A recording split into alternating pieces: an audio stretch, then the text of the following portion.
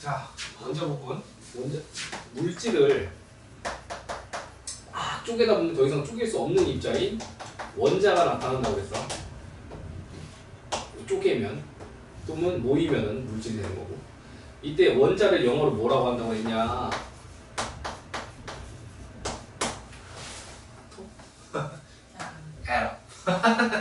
여기 A가 낫의 의미로 톱이 컷의 의미야. 얘가 낫, 얘가 컷. 그래서 쪼갤 수 없다 자체 가지고서 이름 만든 거야, 원자. 근데 이 원자를 구조를 살펴보면 가장 기본이 되는 단위인데 이 가운데 원자 핵이라는 구조가 있고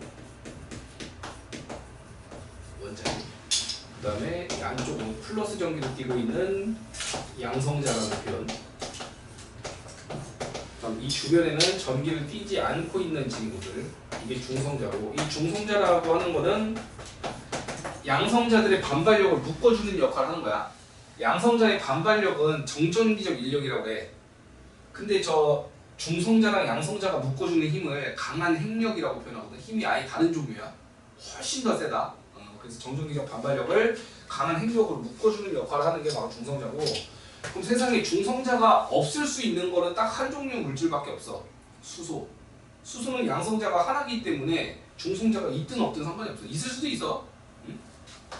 플러스 기준으로 아예 혼자 다니는 경우도 있고, 중성자 하나 붙은 경우도 있고, 두 개 붙은 경우도 있고, 여기까지. 맥스가 두 개까지 붙어 있을 수 있는데, 어떤 중성자가 없을 수 있는 물질은 세상에 딱 한 종류, 수소밖에 없더라. 알겠지? 그거 좀 기억하시고요. 그럼 주변에 전자가 도는데 몇 개가 도냐? 두 개가 돌아. 이게 왜 그러냐면 원자라는 것 자체가 이게 전기적으로 중성이라는 성질이 있거든. 전기적으로 중성. 원자라는 말 자체 뜻이야 이게. 이온이 아니니까 전기적으로 중성이기 때문에 양성자 수랑 전자 수가 매치가 되는 건 똑같다고. 양성자 수만큼 전자 수가 있다고. 양성자 수, 전자 수. 이게 일치하기 때문에 이런 일이 벌어진다. 됐죠?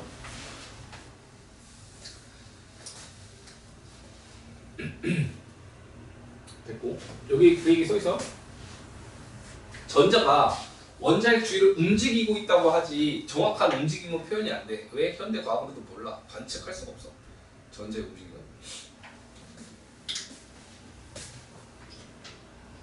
원궤도를 따라 돌아다니는지 꾸물퉁거리면서 다니는지 모른다. 지금 고대 원자 개념 나와 있죠? 이건 좀 가볍게 읽어볼 필요가 있는 것 같아. 데모크리토스라고 하는 사람은 더 이상 쪼갤 수 없는 입자인 원자라는 개념을 처음 제시를 했고, 이걸 이론화시킨 거는 돌턴이야. 처음 아이디어 제시한 사람 데모크리토스, 이걸 이론화시킨 거는 돌턴. 돌턴의 원자설이 밑에 나와 있지. 원자설이 4개가 있거든.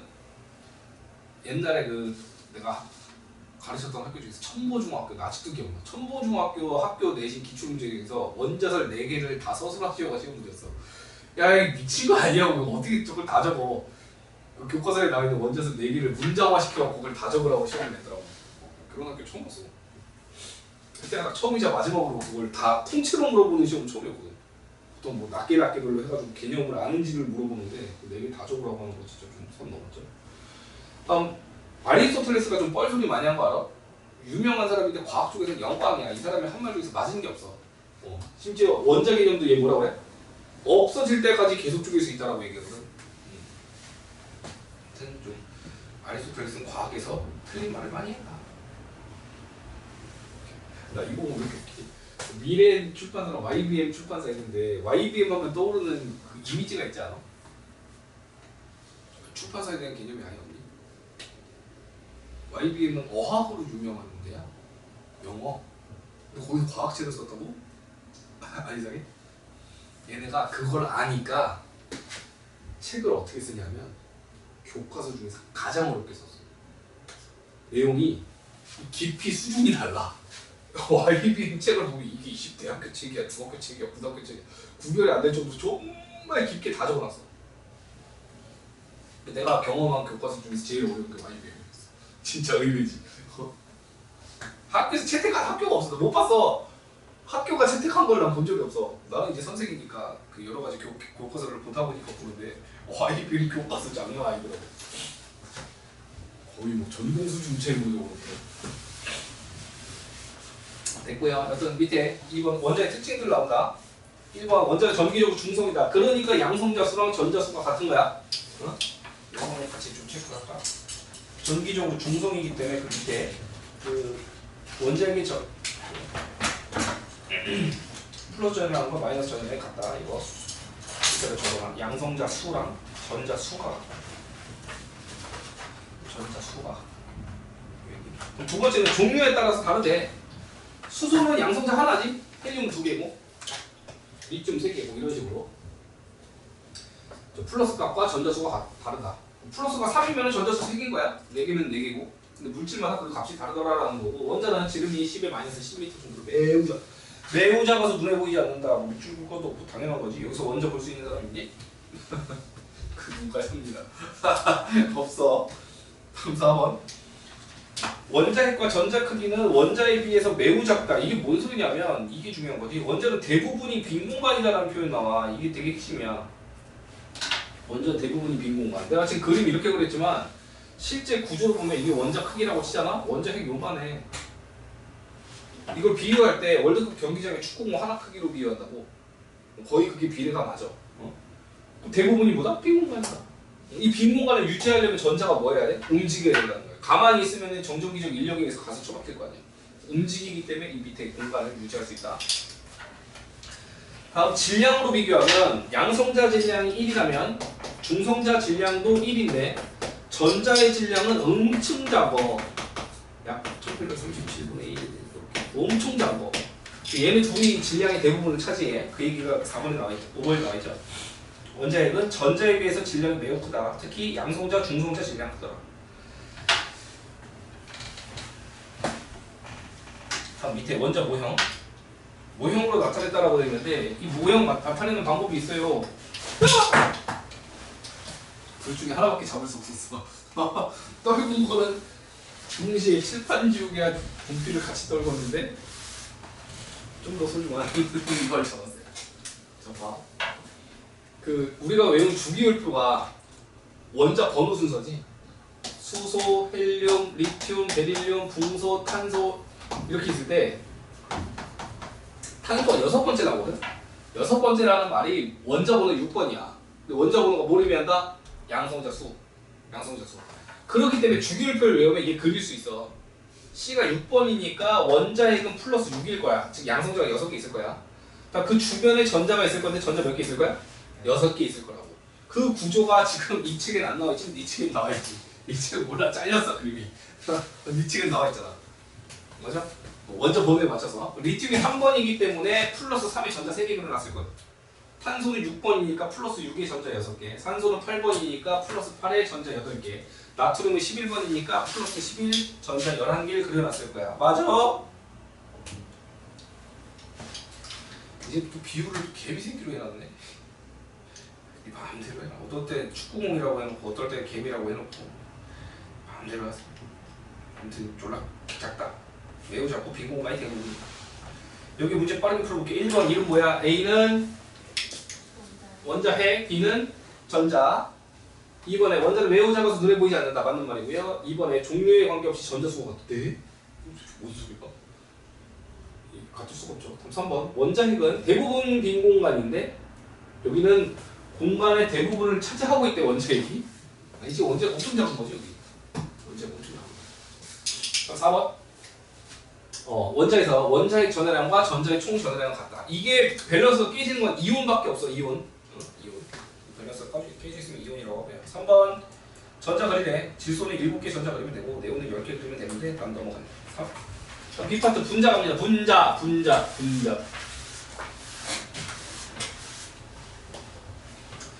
이 원자들이 모여서 이루어진 물질 중에서 분자라고 하는 게 있어. 분자만 있는 게 아니야. 물질의 유형이야. 분자라는 유형. 이 분자라는 유형의 특징이 뭐냐면 그 성질을 갖는 가장 작은 입자가 있다는 거거든. 분자란 성질을 갖는 가장 작은 단위가 딱 존재해. 성질을 갖는 가장 작은 입자.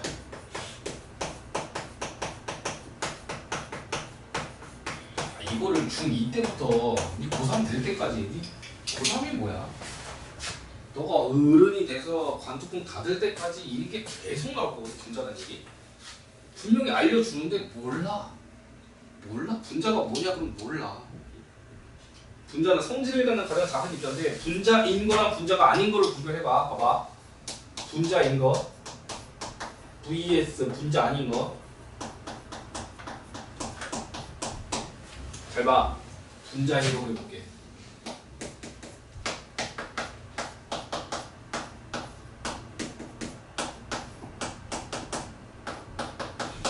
유명한 분자예요.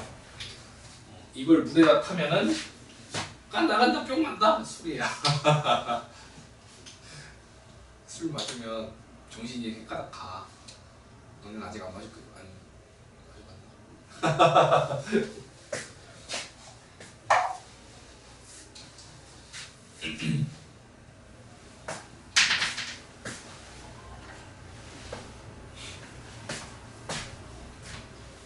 수면 마취하면 술 취한 거랑 기분 거의 비슷하다.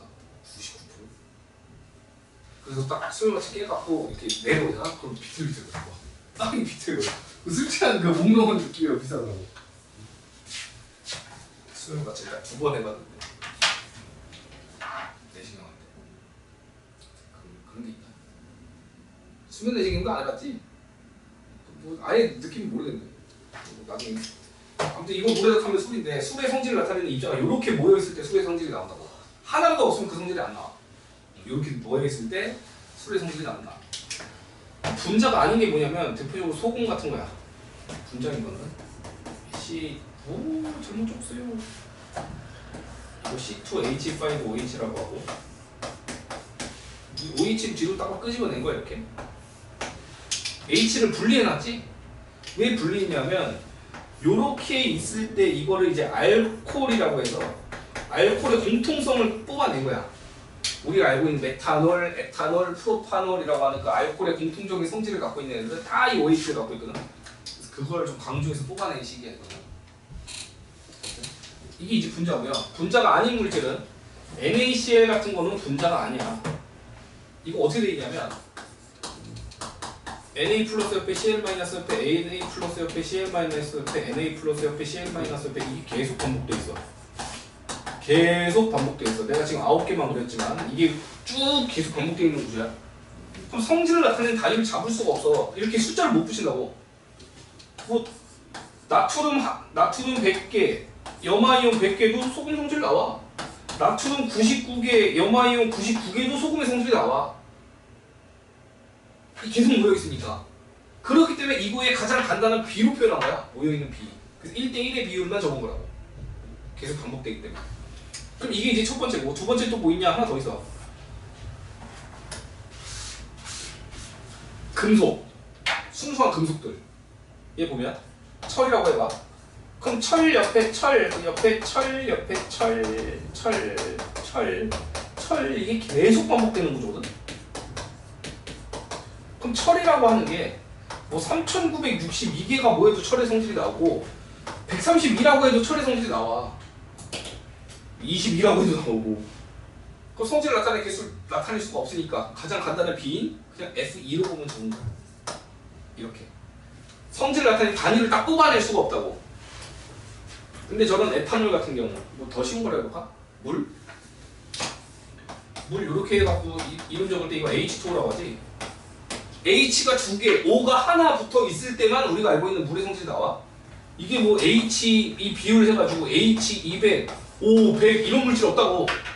아예 이런 물질 존재하지 않아. 이 분자다 분자가 아닌 거다의 차이점 알겠어? 계속 반복되는 구조가 나타나는데 우리 분자라는 표현 안 쓴다고. 이렇게 낱개로 딱 떨어져서 끄집어낼 수 있어.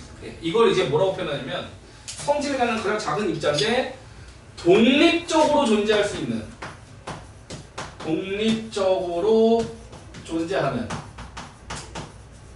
혼자 돌아다닐 수 있어야 돼. 이런 식으로 묶여 다니면 안 돼. 알겠니?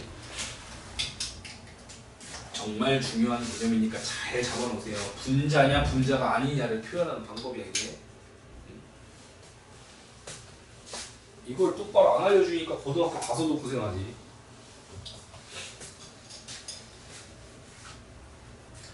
분자가 아닌 물질 대표적인 거 요거 그냥 금속이라고 하면은 분자가 아니야. 금속은 얘는 이게 금속이 양이온 상태가 되고 비금속이 음이온 상태가 된 상태로 연결되거든. 음이온. 이런 물질을 우리가 뭐 이온 결정이라고 표현 써요. 이온 결정. 이온으로 만들어진 물질. 이온으로 만들어진 물질과 금속은 계속 구조가 반복되니까 분자가 아니라고 얘는. 분자가 될 수 있는 조건은 뭐야? 얘는 오로지 뭐로만 이루어져 있냐 이거. 비금속끼리만 연결돼 있지. 비금속끼리만 연결돼 있을 때 분자 될 수 있어. 금속만 있으면은 분자 아니야? 금속이 양이온, 비금속이 음이온으로 결합돼 있으면 분자 아니야? 비금속만 있으면 분자야. 이런 식으로 이제 종류별로 나눌 수 있거든. 밑에 분자 정리해 봅시다. 분자란 거기 보세요. 독립적인 입자 이거 되게 중요한 표현이라고. 독립적인 입자고서 성질을 나타낸다. 분자의 특징 원자와 결합한 거 당연하고. 다음 요게 무슨 뜻이냐면 원자 종류와 수에 따라 분자가 바뀐다는 거야. 예를 들면 원자 종류와 수, 종류는 수소, 오는 산소잖아. 근데 얘랑 이런 물질이 있거든. 이거 H 몇 개야? 2개. O 몇 개야? 2개. H2O2라고 하는 거지. 종류는 지금 같은 상태야. O랑 H로 돼 있는데 얘는 2대1 비율이고 이거 2대2로 만나 있잖아. 응? 얘 같은 경우 물이라고 하고 이건 과산화수소라고 그래. 완전 다른 물질이야. 이건 마셔야 되는 거고 이거 마시면 죽어. 이 얘기야 지금. 원자 종류와 수에 따라서 분자 종류가 바뀐다. 대표적인 예로 내가 H2O 대 vs H2O2 이렇게 내가 적어놓을게. 이거 다른 물질이야. 또는 뭐 H2O랑 NH3도 다른 물질이고. 원자 종류와 수에 따라서 분자 종류가 달라진다는 걸 이건 아니 종류가 바뀐 거고 이거는 종류는 같지만 수가 바뀐 거고. 다른 물질 되는 거. 다음 쪼개지면 성질이 있는다. 하나라도 없어지면 성질이 사라져. 여기서 H가 없어지든 OH가 없어지든 여기 왼쪽이 사라지든 하나라도 없으면 그 성질이 없어진다고. 이게 분자야. 분자 시험 봤죠 오늘? 산소는 O2, 물은 H2, 암모니아 NH3, 염화수소 HCl 이런 것들. 다 분자인데 되게 특이하게 이 헬륨, 아르곤, 네온까지. 네온, 헬륨, 아르곤이라고 하는 거 제일 끝에 있는 애들인데 얘네는 1원자 분자야. 원자 하나가 그냥 분자야. 원자 하나가 분자. 아까 철을 식으로 적으면 어떻게 적었어? F2라고 적었지. 소금은 NaCl로 적었지. 이건 가장 간단한 비로 적은 거잖아. 1대1도 되고 2대2도 되고 3대3도 되니까 가장 간단한 비인 1대1. 얘도 가장 간단한 비인 1로 적은 거잖아. 근데 헬륨, 네온, 아르곤도 보면은 마치 금속처럼 원소기호만 하나 덜렁 적었지? 채윤? 원소기호 금속처럼 하나만 덜렁 적어놨잖아. 얘는 분자가 아니지만 얘는 분자야. 뭐 그냥 원자 하나가 분자인 거야. 이건. 원자 하나가 독립적으로 돌아다닐 수 있는 분자야. 됐다. 원소기호 이름 이 사람은 좀 알아줍시다. 베르셀리우스가 제안한 거. 알파벳을 사용하되 첫 글자는 대문자, 두 번째는 소문자로 해야 돼. 첫 글자는 대문자, 그 다음에 소문자. 이거 안 지키면 골 때린다. 예를 들면 아르곤 하면 이렇게 적어야 익숙하지 않냐? 내가 아르곤 이렇게 적어볼까? 이상하지, 많이 이상하지. 너무 어색하지 않아? 또 아르곤을 적는데 이렇게 적는다든가 이렇게 적는다든가 너무 어색하다고. 그 규칙이 있는 거야. 첫 글자는 대문자, 두 번째 소문자. 이걸 지키는 이유가 이걸 안 지키면 혼란이 와요. 예를 들면 이거랑 이걸 비교해봐. 둘 다 CO5거든. 근데 다른 거라니까. 얘는 첫 글자 대문자, 두 번째 소문자지. 그냥 하나의 원소기호야. 이거 뭐라고 읽어? 아까 시험도 봤는데. 코발트. 코발트 맞아? 얘는 산소 하나에 탄소 하나가 붙은 거야. 일산화탄소. 이것도 아시면 죽지. 이래서 저 규칙 지켜야 된다고. 안 시키면 서로 의사소통이 안 돼. 다음, 이 원소기호에 쓰는 이 알파벳이 라틴어에서 나오는 애들이 많아. 그래서 너네가 알고 있는 단어랑 좀 많이 달라. 쿨폼 이런 표현 써봤냐? 불이 하면 브론즈라고 하잖아 영어로. 라틴어에서 나와서 우리가 익숙하지가 않아.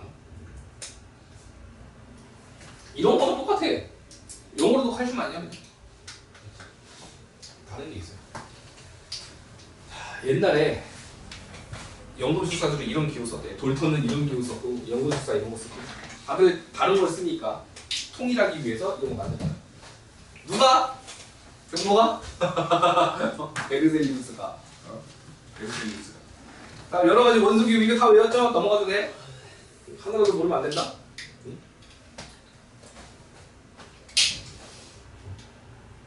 우리가 칼륨이라고 하는 게 영어로는 포타슘이라고 해서. 나트륨은? 항상 제 본토어랑 라디오니까 잘 새겨서 근데 영어가 발음이 진짜 중요한 게 되게 익숙한 단어인데도 발음을 모르면 모르는 게 되더라고. 내가 그 고3 때 느꼈던 게 그 비타민 C 있잖아, 비타민 C. 이 비타민 C 모르는 사람이 어딨어? 근데 영어 듣기 효과를 하는데 바이타민 C, 바이타민 C, 바이타민 C, 바이타민 C 계속 그러는 거야. 이 돌려듣잖아, 카스테이프로. 뭐 드럭스토어에 들어갔대. 근데 바이타민 C를 달라고 바이타민 C, 바이타민 C, 바이타민 C. 그래서 바이타민 C가 뭐야? 봤더니 이게 비타민 C인 거야. 나 거기서 진짜 개 충격받았거든. 거의 뭐 사이콜로지, 푸시콜로지를 외운 느낌이야. 데인저 나는 거 이렇게 외운 기분이라고. 안 들려! 안 들린다니까? 그 영어는 그 단어 외울 때 본토 발음 꼭 찾아서 외워. 흉내내려고 노력하고. 안 그러면 듣기가 안 돼. 이름도 다 바꿔주잖아. 아직도 뉴스에는 비타민이라고 하지. 과학책 다 바꿔놨어. 바이타민이라고 이거. 그것도 좀 바이타민 C라고 하면 그럼 실제 발음이 바이타민 C가 또 아니라니까? 그럼 이렇게 해야지. 바도 아니잖아. 비읍도 아니잖아. 와이랑 이렇게 해야 되는 거 아니냐? 와 웃지? 너 10년 뒤 진짜 이렇게 쓸 수도 있어. 진짜 발음을 지금 자꾸 살리는 추세인데 이것도 실은 아니라는 거지. 바로 제대로 살리면 이렇게 해야지. 아, 그거 맞아. 그럼 지금도 그 세포 소기관 중에 리보솜이라고 있거든. 리보솜. 이거를 그 고등학교 1학년부터는 이름 바꿔 라이보솜이라고 가르치래. 내가 20년 동안 리보솜이라고 가르치다가 갑자기 하루아침에 라이보솜이라고 읽으라고 하니까 갑자기 병문, 나 맨날 나 민병문인데 오늘 날 이름 딱 바꾸더니 뭐 민병천으로 불러달래. 프리즈 콜미 민병천. 너 오늘부터 민병천으로 부를 수 있겠냐? 네 이름을 갑자기 하루아침에 바꿔갖고 무슨 뭐 강렬한 아니고 뭐 강한이라고 그래. 대리라고 그게 맨날 내가 부르던 이름이 있는데 이것도 이제 라이보솜인데 이것도 라이보솜 발음이 어떻게 되냐 이거? 라이보솜. 비슷하네. 근데 이걸 맨날 리보솜으로 들으면 설명 만약에 유학을 갔다고 해봐 안 들려. 저 교수는 라이보솜 하고 있는데 저 뭐지? 봤더니 리보솜. 거기서 이제 받는 충격이 어마어마하다. 자꾸 이름 바꾸고 있는 추세고요. 우리가 그 옛날에 도시가스가 메탄가스였던 거야. 메탄? 이게 그 일본에서부터 과학이 들어오다 보니까 이렇게 된 거거든. 그 영어로는 그 메세인이야, 메세인. 근데 이제 일본 조국 아래들이 걔네가 메타노 그게 발음이 안 되잖아. A에서 받침이 안 돼. 그래서 메타노 하다 보니까 그게 이제 우리나라로 올 때 메탄으로 들어온 거라고. 이런 단어가 아예 없다니까 미국에는. 단어를 하나인데 안 때린다. 원석이 잘 외워놓으세요 이거. 뒤에 문제 빠르게 한번 풀어보고. 1번 독립된 입자로 존재하여 물질의 성질을 나타내는 가장 작은 입자 뭐라고 한다고? 분크자크. 2번에 분자는 원자가 결합한다. 아주 좋은 표현이죠? 이온이 결합한 게 아니야. 2번 결합하는 원자 종류와 수에 따라서 종류 바뀌는 거는 아까 확인해본 것 같아. H2O2랑 H2가 달라진 거. 다음 3번 분자가 원자로 쪼개지면 성질을 잃는다. 이게 되게 핵심적인 포인트지. 지금 그냥 이 부분 가볍게 하고 넘어가. 같이 그래서 같이 풀어주는 거야. 그냥. 3번에 여기 CO2거든요. 여기 산소고 이게 탄소라네. 탄소 하나에 산소가 두 개니까 CO2 이산화탄소. 밑에 현재 사용하는 원소기를 제한한 학자는 민병호.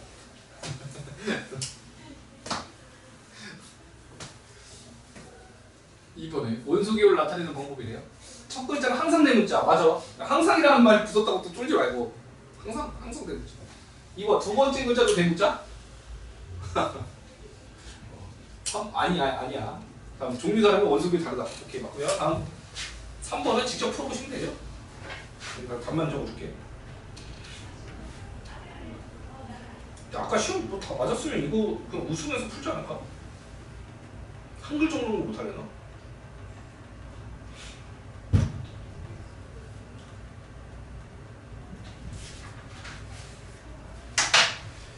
다 했다!